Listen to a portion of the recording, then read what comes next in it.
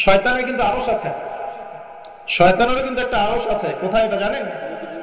সমুদ্রের উপরে। অনেকে বলে যে ভাই বারমুডা ট্রায়াঙ্গেলে আছে নাকি, এটা আমরা জানি না, এভাবে বলা যাবে না, এটা আমরা ব্যাখ্যা করতে পারবো না, আল্লাহ ভালো জানেন। তো এখন শয়তানও কিন্তু সিংহাসনে বসে, দিন শেষে বসে ওর যে চেলা চামুন্ডা যারা আছে ওদেরকে ডাকে, ডেকে বলে আজকে কি করাইছো তোমরা? একজন বলে যে আমি তো জেনা করাই দিছি দুজনের মধ্যে, আমি মদ খাইয়েছি মানুষকে, আমি মানুষকে পরকীয়া লিপ্ত করেছি, আমি একজনকে একজনের বিরুদ্ধে উস্কে দিয়ে হত্যা করিয়ে দিয়েছি, এরকম করে শয়তানরা বলতে থাকে। তো ইবলিস বলে না, তোমরা তেমন কোনো কাজ করতে পারো না। ইতিমধ্যে একজন শয়তান এসে বলে যে আমি একটা কাজ করেছি। কি কাজ করেছো? যে আমি একটা পরিবারের স্বামী স্ত্রীর মধ্যে বিচ্ছেদ ঘটিয়ে দিয়েছি। কি করেছে? এটা এখন বেশি হচ্ছে না? বেশি হচ্ছে না? আপনারা খবর রাখেন না মনে হয়, পড়াশোনা করে দেখেন, প্রতি 3-4 মিনিট একটা ডিভোর্সের ঘটনা ঘটে, প্রতি 3-4 মিনিটের মধ্যে। তো এবার শয়তান তাকে ডাকে, এদিকে আসো, তুমি একটা কাজের কাজ করেছো। তখন নিজের গলার যে মালা বা যেটা আমরা গোল্ড মেডেল বলি, অ্যাওয়ার্ড যেটা বলি, এটা তার গলায় সে পরিয়ে দেয়, দিয়ে বলে তুমি একটা কাজের কাজ করেছো। তার মানে আমরা বুঝতে পারলাম শয়তানের কাছে সবচেয়ে বড় একটা মিশন কি? পরিবারগুলোকে ধ্বংস করে দেয়। খুব সতর্ক থাকতে হবে আমাদের সবাইকে। আল্লাহ পাক আমাদের সবাইকে ধৈর্য দান করুন। আর পরিবার টিকে থাকে ধৈর্যের উপরে। আরেকটা বিষয় বলে দেই, স্বামী স্ত্রীর মধ্যে, যুবকরা এটা উপকৃত হবেন ইনশাআল্লাহ, স্বামী স্ত্রীর মধ্যে শুধুমাত্র ভালোবাসা পরিবার টিকানোর জন্য যথেষ্ট না। স্বামী স্ত্রীর মধ্যে ভালোবাসার চাইতেও বেশি প্রয়োজন হচ্ছে একে অপরের প্রতি বিশ্বাস। কি দরকার? বিশ্বাস না থাকলে ভালোবাসা টিকবে না। প্রয়োজন একে অপরের সম্মানবোধ, একজন একজনের সম্মানটা যেন বোঝে, এবং আনুগত্যের প্রয়োজন আছে। স্ত্রীরা যদি স্বামীদের আনুগত্য না করে সংসার টিকে না, সংসার ভেঙে যায়। বিশ্বাস, আনুগত্য, ভক্তি, সম্মান, শ্রদ্ধা, এর সাথে যখন ভালোবাসা যুক্ত হবে তখন পরিবারটা ইনশাআল্লাহ জান্নাতি পরিবার। আর কিছু বলদ আবার বলে দিতে পারে যে পরিবারকে আবার জান্নাতের সাথে তুলনা করে ফেললাম। এটা কি পরিবারকে জান্নাতের সাথে তুলনা করে দিলাম? জান্নাতি পরিবার মানে কি? পরিবারের মধ্যে আপনি সুখে আছেন, কিছু মানুষ কথার রূপকথাও ধরতে পারে না। এমনও কিছু মিন মাইন্ডেড মানুষ আমাদের সমাজে আছে, কথা সেন্টেন্সের রূপকথাও ধরার মতো জ্ঞান আল্লাহ পাক তাদেরকে দেন। ইউসুফ আলাইহিস সালামকে ডাকছেন, ইউসুফ আলাইহিস সালাম সামনে আসলেন।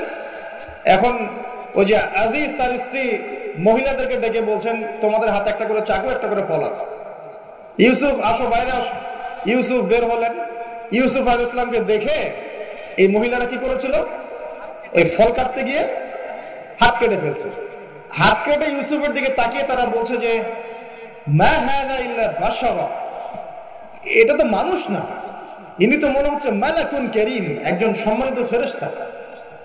কি বলছেন মেয়েরা? এ তো মানুষ না, এ তো মনে হচ্ছে ফেরেশতা, এত সুদর্শন, এত সুন্দর মানুষ হয়। তো এখন এই মহিলাগুলো কি ইউসুফ আলাইহিস সালামকে ফেরেশতার সাথে তুলনা করলো? বুঝতে পারেন না কথা? এই মহিলারা কি ইউসুফ আলাইহিস সালামকে ফেরেশতা বানাই দিল, না একটা উপমা দিয়েছে?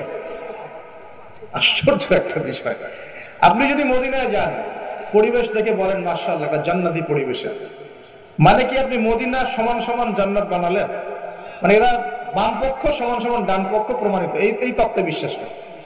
মানে ওই যে left hand side right hand side অঙ্ক করছেন না, 2+2 = 4।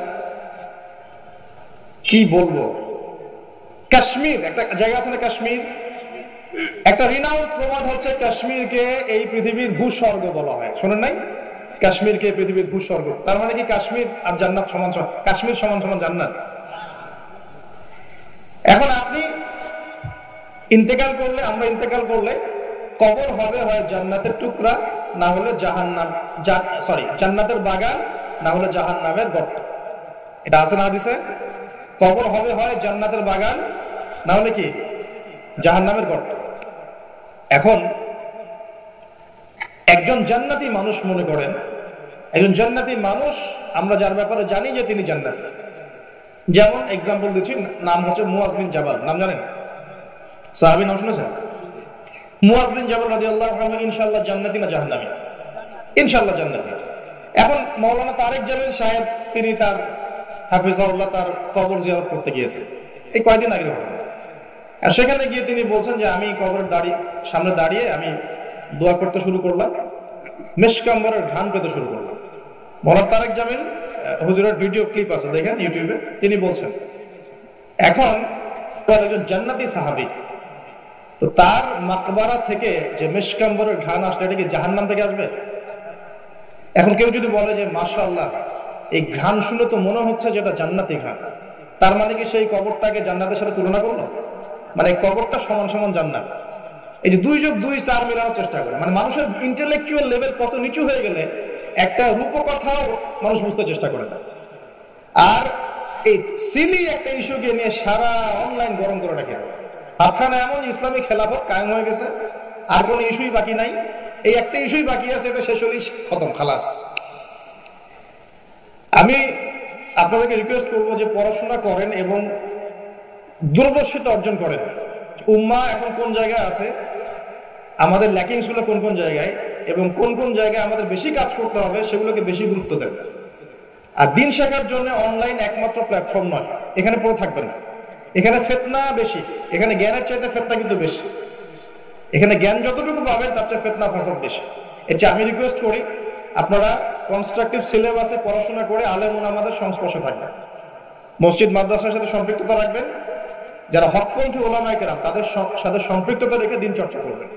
অনলাইন ইউটিউব খালি লেকচার শোনার উপর ডিপেন্ডেন্ট হয়ে যাবে না, সবকিছু লেকচারে কিন্তু পাওয়া যাবে না। এগুলো বিভ্রান্তি সৃষ্টি করতে পারে আপনার। যেমন আপনি অনলাইনে ঢুকলেন, দেখলেন অমুক হুজুর যা বললেন অমুক হুজুরের বিরুদ্ধে। এই যে আপনি একটা কি শিখলেন? আপনি গীবত শিখলেন, আপনি সমালোচনা সংস্কৃতি শিখলেন, আপনি শিখলেন যে কিভাবে ছোট লোক হতে হয়। হ্যাঁ, আপনি আবার আরেকটা ক্লিপে দেখলেন যে যার বিরুদ্ধে বলেছে সে আবার যা বললো তার বিরুদ্ধে কন্টেন্ট আছে না? এখন আপনি ওখানে গিয়ে দেখলেন যে কিভাবে কুতর্ক করতে হয়। আসলে শিখলেনটা কি? আপনি কিছু শেখেন নাই, আপনি আদতে কিন্তু শিখতে পারলেন না। এখন অনলাইনের পুরো জগৎটা এভাবে ভরে গেছে। আমি এমনও দেখেছি, মানে তাজ্জিব হয়ে যায় এগুলো কথা বলতে। আমার মানে খুব, আমি হীনমন্যতায় ভুগছি কথাগুলো বলার, কিন্তু আপনাদের ইন্টেলেকচুয়াল লেভেলটাকে রাইজ করার স্বার্থে কথাগুলো বলছি। কারণ আমি আপনাদেরকে ভাই মনে করি। বাংলাদেশের প্রত্যেক সেক্টরের মানুষকে আমি আমার আপন ভাইয়ের মতো মনে করি, হোক সে পলিটিশিয়ান, হোক সে ইকোনমিস্ট বা প্রশাসনের লোক বা সাধারণ জনগণ, হুএভার হি ইজ।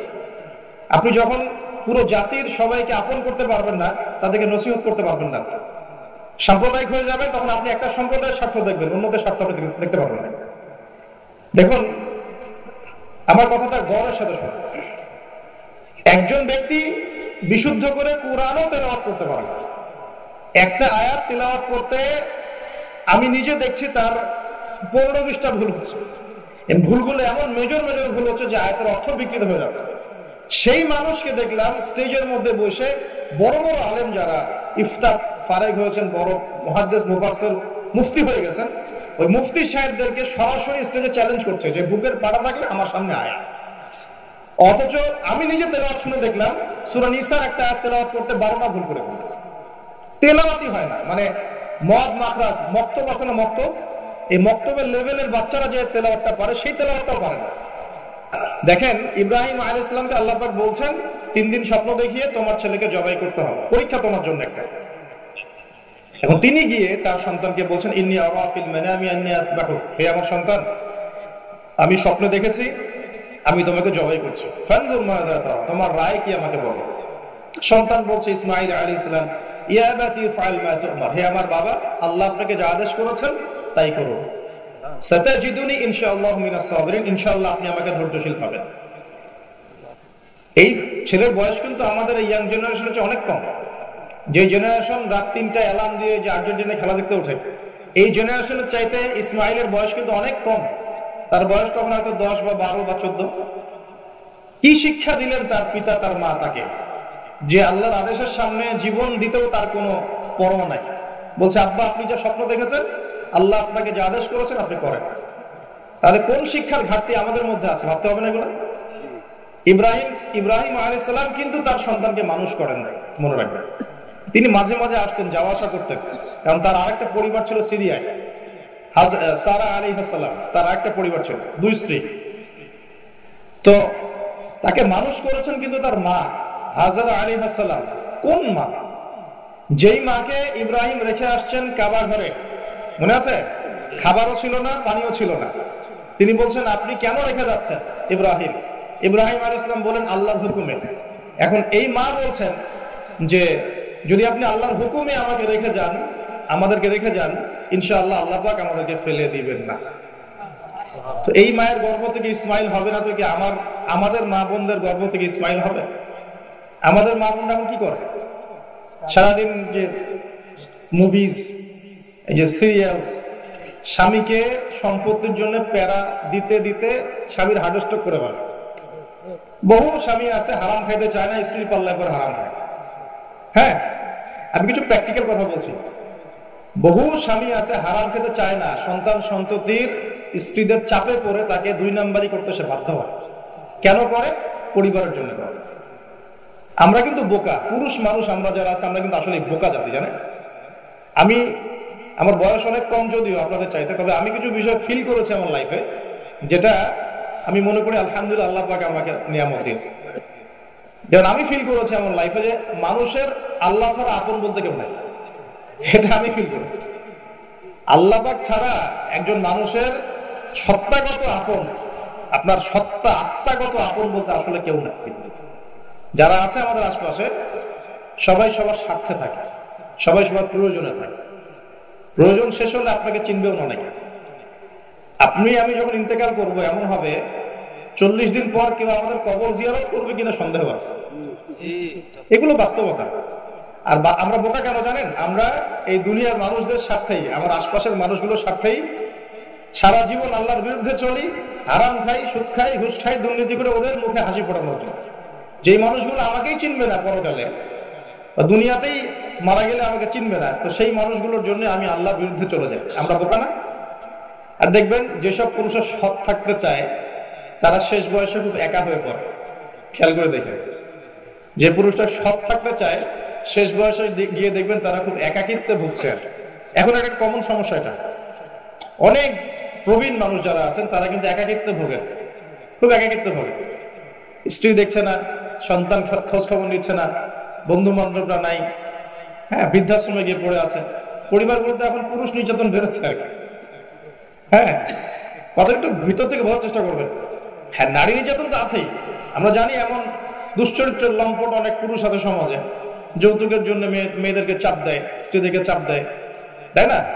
শারীরিক মানসিক নির্যাতন করে না? মেয়েদের প্রতিও চরম নির্যাতন হয়, কিন্তু পুরুষদের উপরেও কিন্তু দিন দিন নির্যাতন বাড়ছে। আমরা কিন্তু এই সেন্সে বোকা হয়ে গেছি।